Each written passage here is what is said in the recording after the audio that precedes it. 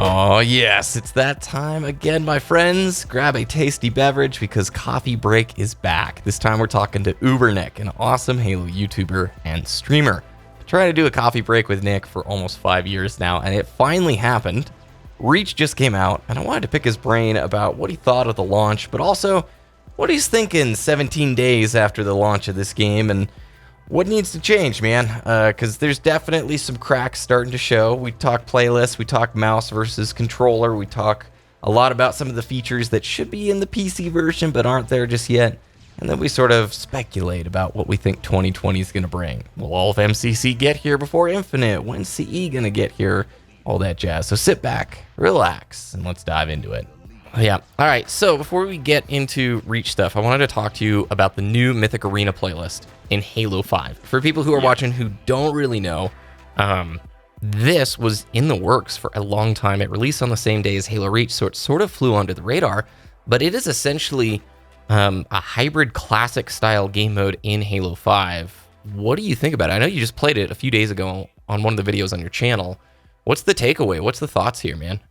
So I went into it not really knowing too much about it. I kind of went into it kind of blind, to be honest with you, because, I don't know, I saw there's a new mode, I wanted to check it out, and I was absolutely blown away. I was completely shocked at just how much fun I had in the mode. It is completely different from anything in Halo 5 that I've ever experienced before, which is a great thing, because someone like myself, I've put like 80 days into Halo 5 at this stage, jumping into that playlist. I'm not, I mean, I'm 152, so I've been there, I've done that in every aspect of the word with Halo 5, so this game mode is basically what I had been looking for a very long time with Halo 5. It was a completely fresh feeling game, felt like a different game from Halo 5, but in a good way. It was a fresh take on Halo 5's movement mechanics and just how the game functions, and I absolutely loved it. I would absolutely love to play more of it. So specifically the movement mechanics you mentioned, if I understand correctly, the only movement abilities that are in there are thrust and stabilize, right? All the other Spartan abilities are gone, yeah? Yes, I believe so, yes. And it's a whole new slew of maps specifically designed for the mode, yeah? Yep, all new. Well, then how does it play, mister? You've been doing a lot of MCC and Halo 5. You know the arguments on both sides of the stick. Is this sort of hybrid approach something you think that would appeal to both player bases, the kind that really enjoy advanced mobility and the kind that also enjoy the classic style? So this is a thought that I've been having in my head for like years at this point. I would hate to be a developer at 343 because answering the question of do we go back, do we continue going forward, do we try and find a strange hybrid in the middle, that would drive me insane because you're trying to please two completely different type of Halo players. I think this is about as close as you're going to get as that middle ground that I think a lot of people would appreciate having moving forward. You know, it has that modern take on Halo. You know, you still get to feel like a badass Spartan going around the battlefield, but you don't feel like you're a Call of Duty player at the same time, which a lot of people thinks, you know, Halo 5 resembles. So I think it's, you know, pretty much spot on. You know, I wouldn't say it's perfect just yet, but it's pretty damn close. So good experiment that people who haven't been playing Halo, whether it be MCC or 5, it's worth coming back and checking this thing out, you think?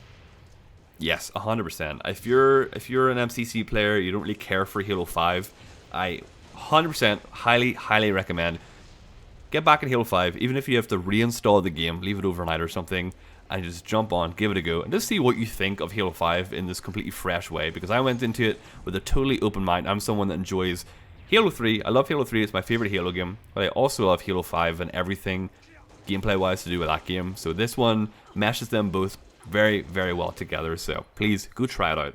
I would very much like to see everyone else's opinion on it. Yeah, man, it's kind of a shame that it came out same day as Reach. I wish they, if they would have spaced that slightly, like if this would have come out a few weeks before Reach or even like in January, I just don't want to see it go under the radar and under love. So speaking of under the radar, Reach has been out on PC for 2 weeks, and it really hasn't flown under the radar. That game came out? Like, I haven't heard about that. Yeah, not at all. Yeah, it kind of... Not one bit? Not one bit. To be honest, the launch went way better than I thought it was going to go. And I want to ask you, like, what do you think about the launch so far? What stands out as the positives? What about the negatives? But for real, to just set the stage, dude, I think I expected a blip on the radar where streamers would check it out for a day and then move on. Now, granted, yeah, a lot of the big streamers have moved on, but you guys, like, you got to admit, Reach re-releasing on PC, it's not a sequel. For it to get the love that it did, I mean, Ninja just put a video out, a few days ago about Reach, and it's like, whoa, oh my goodness, what year is this, bro? So what are you thinking of it so far? So I'll be honest, not trying to sound like, I'm a fortune teller, but for whatever reason, I just knew that Reach was going to have a perfect launch. Maybe not perfect, but near perfect launch. I just thought that everything was going to go super well. I thought the streamers were going to eat it up. Halo is that game. Halo is the game that will bring people back to it no matter what. It's had a rough couple of years, but people still love it. If you hear Halo, you will get excited no matter what. So it was very, very good. Everyone seemed to really enjoy it. I see someone right now as we're making this video with 10,000 viewers playing Halo on PC. So I don't know. I think it's gone fantastic. I think it's set MCC up beautifully for 2020 with the rest of the games coming out. Obviously Reach is a massive game, but whenever Halo 3 drops, that's going to be like insanity. That's the one, dude. That's the one. That is the one that needs to be perfect, and if it is, Halo will never be the same ever again. I think Halo, even now, has forever changed with this PC release, but Halo 3 is really going to solidify Halo having a very, very solid spot moving forward, and especially with Infinite at the end of 2020. I think MCC, it did basically all it could on launch, and I think it's absolutely nailed it. Yeah, all right, I agree with that. I know you're a very positive guy, so I'm going to try and pull some negatives out of you here, Okay. I know you've been playing a decent chunk of Reach, and I know there's got to be a couple of things that you're just going, man, I wish this was a little different. So what do you think those would be? Obviously, Twitter, your YouTube comments, I bet you've heard complaints about the progression system or maybe the playlist rotation. What stands out to you personally as a player is like, hey, had a great fun launch, but if I'm in the developer's chair, here's the thing I'm changing on the next update that comes out Friday or whatever. There are two things. I like to just stay positive just because, I want to give people a fun, happy experience, but I definitely do have my gripes here and there, which I'm okay with sharing, totally, for sure. So number one, definitely the progression system. I am not a fan of basically whatsoever. At the beginning, I thought it sounded awesome. I was totally down for it. Now that we've had, a few weeks to play about with it, see what it's about, I just don't like seeing an armor that I want that's going to take me 20 days of playtime or whatever just to get there. I want to be able to have that choice, just like Reach did. I feel like if the progression system let you stack up your tokens and then buy a piece of armor, something like that, I think that would have been so much better. Give that player choice back to the people that want to just, buy and use whatever they want. Maybe that takes 10 season or points or whatever tokens to buy a certain helmet, so they have to play a little bit longer just to get there, but they can still stack that up, buy it as soon as they can, instead of having to grind all the way to level 89 just to get an armor, like a chest piece or something. You know what I mean? So I think that would be a lot better. It kind of removes the core philosophy that I think people love so much about the original Reach unlock system, and that was the choice element, right? Yeah, for sure. Everybody's going to get these unlocks. Like if you complete your pass, everybody and their brother will have spent their tokens on the exact same thing. Whereas in the old days of Reach, when you saw pestilence or you saw inclement weather, you're like, that was a credit sink. And in the early days, you had to make the choice of where you were going to dig those credit sinks into. Plus the system just gets rid of daily and weekly challenge, or it's the daily and weekly challenge. So that system could totally come back. The old system was almost kind of like a skill tree, or like an RPG, like skill tree kind of thing from back in the day. Like, if you want to go down this route with this helmet, like, that's your choice. And once you make that choice, there's not much going back. Whereas nowadays, you're grinding through. You see everyone kind of have the same armor at the same time. Maybe in a couple months, then you'll start seeing, the big differences in people's armors. But for now, everyone has the Grunt birthday party. Some people have pestilence. You see the very, very odd person with, the flames that are absolutely going try hard. But I don't like that everyone is kind of just going through it in the same rhythm. Back in the day, you'd see a wide variety of stuff even early on, just because everyone was like, okay, I want to start here, then I'll go here, and then I'll go do this. So if they could bring that back, I would be a huge, huge fan of that. Okay, so before you get to your second question, while we're here on progression, obviously with Reach, they have a ton of customizable unlock things that they can stick in this battle pass style thing. With CE kind of looming in the distance, I don't know if you remember this, I should have pulled the quote up from the article, but Sketch basically said that after the holidays, they're shifting focus to trying to get CE pushed out towards the PC launch. If we ballpark in this world, a February, March, or whatever CE PC launch, and there's a new season of unlocks, What's going to be in there, man? Is how are you going to get 100 unlocks worth of stuff for CE? Like that, it could exist, but that's a lot of content to build. This is something that I have been thinking a lot because I have no idea, because they've been kind of speaking about, reach armor that wasn't quite finished that they might put into the game. So maybe there's, like the GRD helmet or whatever, maybe that could rear its head eventually, finally. But with the CE season, obviously they want to have some Comet Evolved, unlocks. So only so many little, cards or whatever for people to, nameplates for people to put on. Only so many of those can exist before people are like, okay, I don't really care anymore. So I don't know what this next season is going to hold. I don't know if it's going to be maybe, 100 unlocks. Maybe it will be less unlocks, but a reset of the rank or fresh ranks or something. I really don't know what they're going to do with it. Yeah, I don't know either. It's going to be interesting to see for sure, but I don't want to see them do away with any of the lessons that they've learned. Like, having a battle pass style thing is cool, but I think taking your feedback into account is like, if you just stack coins, then maybe you could buy your tier 73 helmet that you want. Yeah, it's going to be a big sink of stuff, but you made the choice to purchase that tier or whatever, using in-game credits. So yeah, you decided to sit with the basic stuff for a little bit longer than everyone else, but after the first 2 weeks, you get a really badass helmet while everyone else still scrounging together whatever they want. Dude, that was always the scariest thing in the lobby in Reach, is if they're wearing full recruit armor and you're like in the MLG playlist. It was a toss-up. They were either going to be like the best of the best or a total beginner, and it was never middle ground. It was either like T-squared that you're playing against or some kid's like brother who just got the game, Yeah. No okay, so the second thing, though. You mentioned the second thing that you would change. So the second thing...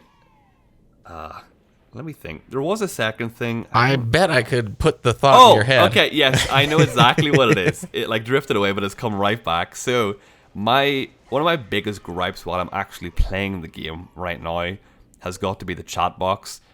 The chat box, to me, is extremely annoying. There's a lot of people in the game that like to just say literally whatever comes to mind. Some of it I just don't want to read while I'm playing some Halo. I'm sitting there trying to have a good time. Then you have, XX Sniper Elite going totally racist or whatever in the chat for no apparent reason. And I'm like, you know what? If I'm trying to record a video, if I'm trying to just have a good time, I'm not trying to have that on my screen looking at me. So I think if they implemented, a feature to, hide the chat or have a light filter, I guess, for the, racist stuff or, any of the super offensive stuff, I feel like that would be a good thing. Even if it's like a switch so you could turn it on and off. I feel like for certain players that would be good. Not to sound like, I can't bear reading this stuff, but from my point of view, I'd just rather it not be there. It should be standard. It's a PC release. You should be able to toggle the chat off 100%. Yeah. Like, I think 100%. that's just, hopefully if that's not in the next update fairly soon, it's going to be a downside to me. I want to talk briefly about the map and the playlist rotation, because this is probably the number one bit of feedback I get, at least from my viewers, about the thing that's driving frustration right now. I've had an awesome time with Reach this last 2 weeks, but I'll tell you what, I think the map and game type combination is pretty subpar. Like, if I was gonna rate this on American Idol, man, it could use some work. It was a little pitchy, dog. It just wasn't doing it for me because there are so many classic and original vanilla maps that are just not really showing up in the rotation that often. And where on earth is CEA, dude? I've been playing CEA customs with friends going, I really feel like this launch could have benefited from maybe some themed playlist updates. Like, week 1 is, originals. Week 2, we're going to CEA. Week 3, Forger's Paradise. Week 4, the DLC goodies. Because right now it just feels like so many CEA maps with title update settings. And I'm just here to tell you, Prisoner was never designed to have jetpacks. Neither was Hang 'em High, dude. Even with their additions that they made with the modified versions of those things. So what do you think of the playlist rotation and the maps thus far? To be honest with you, from my point of view, from someone that's literally just sat and lived in the Invasion playlist for the last 2 weeks. You are playing vanilla. You don't count. So, I've obviously played the other playlists. I played, a good bit of hardcore, a good bit of just BTB and stuff like that. So I feel like I haven't been affected just as bad. What I will say is, I feel like the Forge maps have not aged as well as I thought they would at all. For example, in Invasion, some of the Forge maps, I go into there and I'm like, I just can't wait for this game to be over at this stage. Whereas if I play Spire, I'm stoked every single time that I play that map. You've got it dialed. Yes, I've got it in. So I I don't know. I haven't had the biggest issues with the map rotations, but I have seen people's complaints from the people that play those certain playlists, and I can totally see why it's frustrating. I totally sympathize with them. It's just I'm maybe not the number one person when it comes to playing more than just Invasion/BTB, because that's literally all I do. Okay, I have a question then. As an Invasion player, though, like kind of the suggestion of theming things. Remember last year there was the MCC Christmas event, right? And we had the Yappening, we had a Thanksgiving event. I'm curious, with Reach coming out, I would have expected some sort of thematical update not very long after launch. Whether that changes something up with the Forge maps, whether that adds a whole new set of Invasion maps or does like custom game types in Invasion. Like, it does feel a little strange to me that we're on, day 16, and it doesn't really feel like we're probably going to see any updates to the playlist probably until after the holidays. I could be wrong. Like, this video is probably going to come out tomorrow, and then it's like, hey, there's a new post on Waypoint. But you know what I mean? Yeah. It feels a little slow paced, and I say this out of love, as we're going to have CE, Halo 2, Halo 3, and Halo 4 coming to PC sometime in the next year, two, whatever. Like, I say it in hopes that the next set of launches, that they're looking at this very carefully as the testing ground is like, look, we caught the attention of a lot of people. Now, how do we keep that retention high? What do you think? Yeah. I mean, one of my favorite things, for example, with Halo 5 last year was the Holiday Super Fiesta playlist. I believe it might have been called something different, but that was a totally themed playlist that was just an absolute blast. So I would love to see stuff like that also come into the MCC. You're right, it's day 16 now.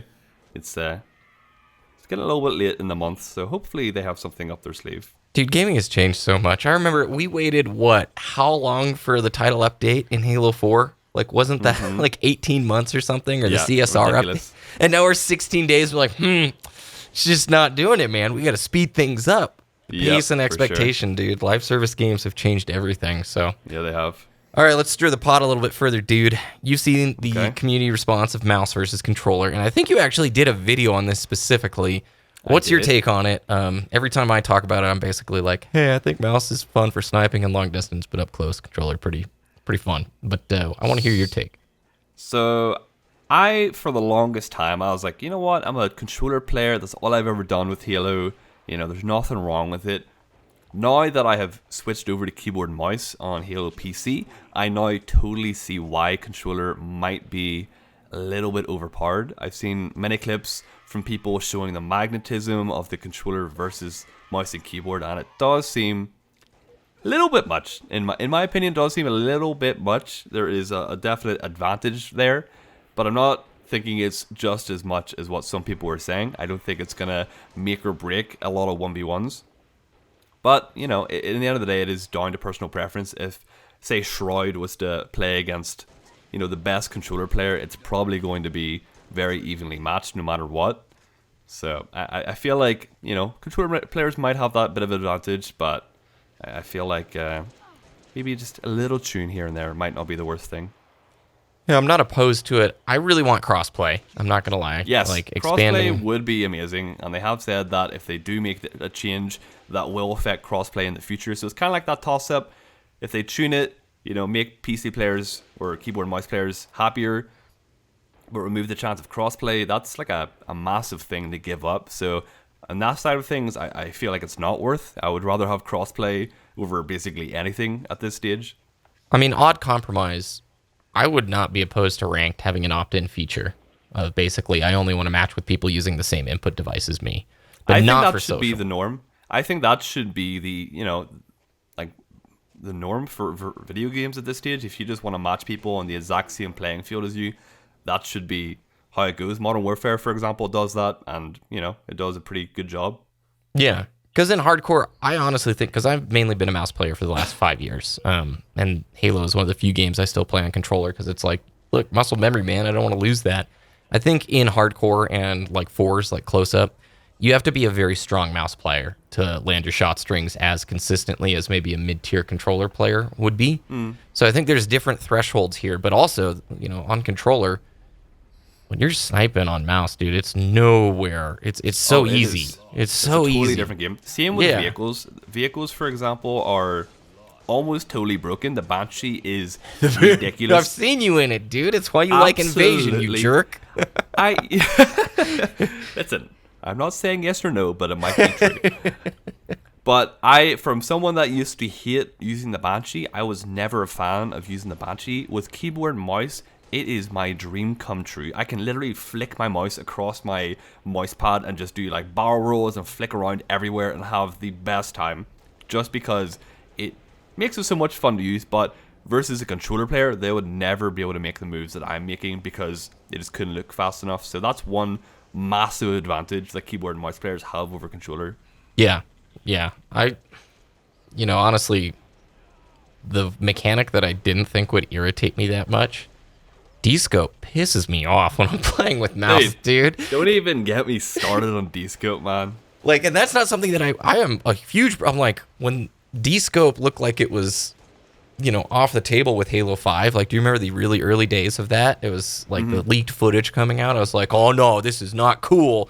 We need to upload a 30-minute video essay about this. I was never like smart enough to do those balance essay videos, but now that I'm playing on PC, I'm going like, D-scope is so irritating on the mouse. It works great on controller, but I don't know, man. It's just not a feature I enjoy. Like, your finger just like, I know you're using your finger on controller as well, but it's just not the same. It's kind of awkward on your mouse. Yeah, you're like, stop that. Yeah.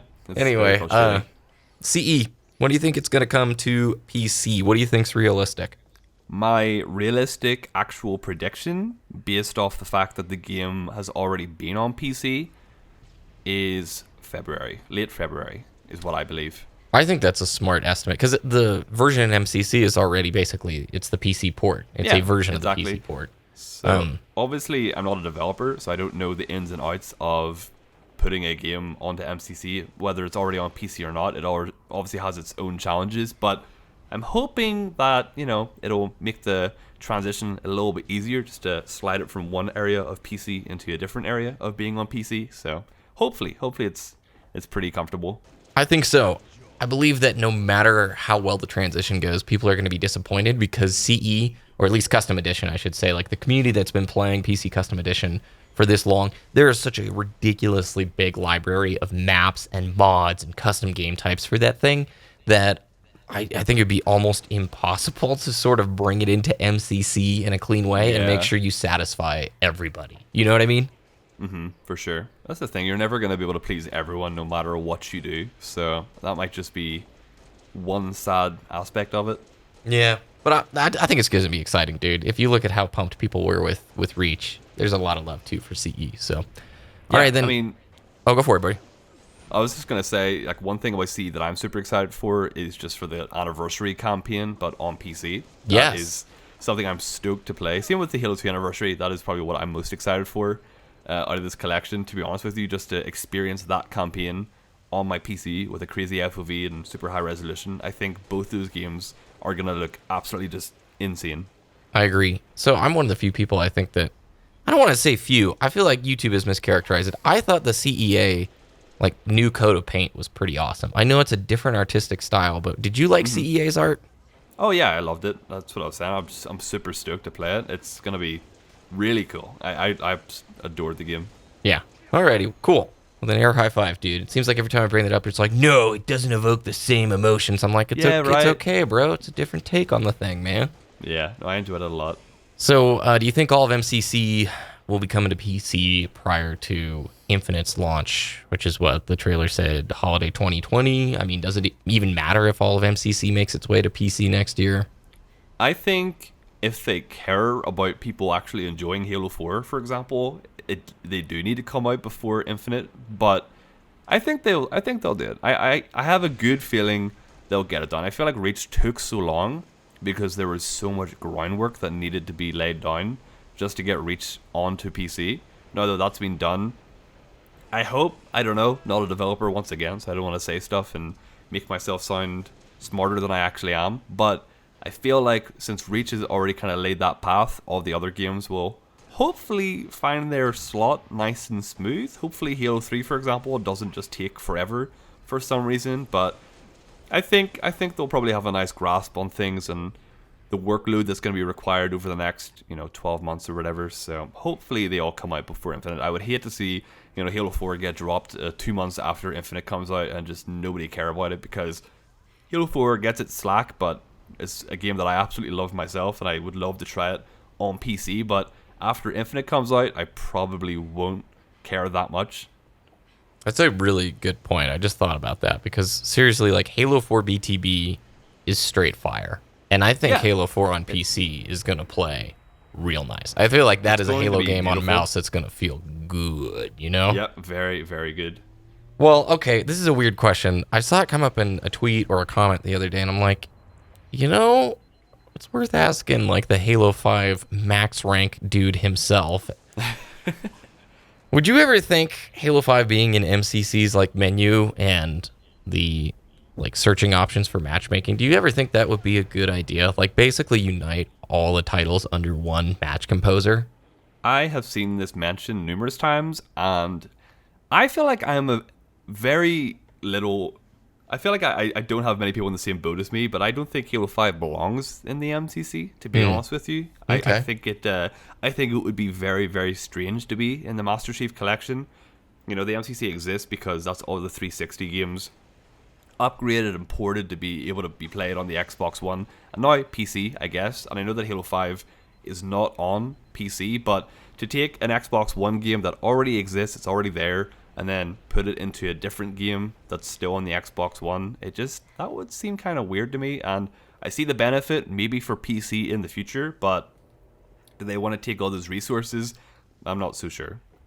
I think you're right. I mean, if it was something they did, it would probably be years down the road when we're into Infinite and they're like selling the Ultra Legacy MCC edition or something like right. that, you know? Because it would be, great, obviously, to have every campaign on there so people could really just experience all of Halo on PC. At the same time, maybe it's not going to be that difficult if they already have, Forge or whatever on PC from Halo 5. I don't know. It might be difficult, but if they've got that working, he says they can't just do the rest at some stage. Yeah, fair point, man. All right, dude, thanks. I know there's a lot of more like questions I want to ask you, so I'm probably just going to have to save it for another video, but thanks for coming on. Thanks for enjoying some coffee break time. I actually was drinking tea tonight, and I didn't even ask you what you were drinking before this whole I thing was drinking started. a Red Bull, so... Oh my gosh, isn't it like 3 a.m. there? That's why I'm drinking it, because we're doing this, okay? It's 1:20 You're a.m. an animal, dude. A Red Bull was required for this. Dude, well, thanks very much for coming on and chatting. Where can people find your content and follow you on all the socials? So they can find me on YouTube at UberNick. They can find me on Twitch at UberNick once again. If they really want, they can find me on Twitter at UberNick_, which is the bane of my existence. That underscore, I hate it with a burning passion. And that's about it. I guess Instagram as well, UberNick, but Twitch and YouTube is my mainstay for sure.